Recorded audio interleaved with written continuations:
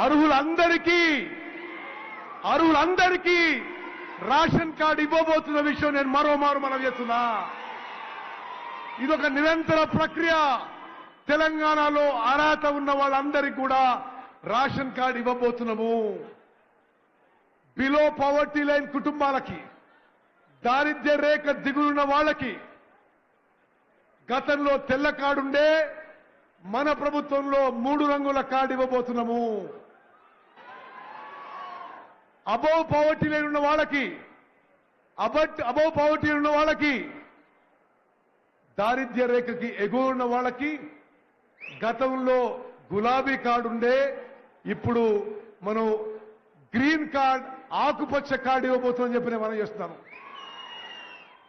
అక్కలు, చెల్లెళ్ళు, అన్నలు, తమ్ముళ్ళు, ఇదొక చారిత్రాత్మక ఘట్టం. ఇదొక విప్లవాత్మక మార్పు.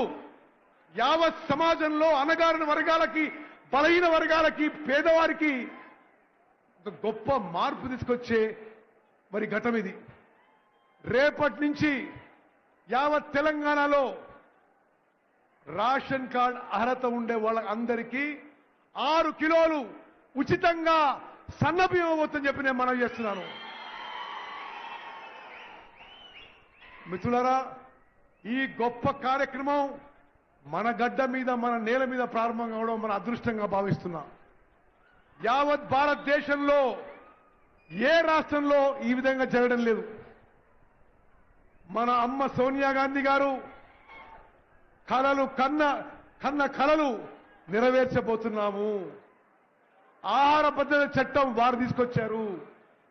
ఈ రోజు మనం తీసుకొచ్చిన సన్న బియ్యం కార్యక్రమంతో ఆహార భద్రత విషయంలో నిజమైన ఆహార భద్రత, నిజమైన ఫుడ్ సెక్యూరిటీ ఈ రోజు తెలంగాణలో కాంగ్రెస్ ప్రభుత్వం మరి అందరికీ భద్రత ఇవ్వబోతుందని చెప్పి మనం చేస్తున్నాం.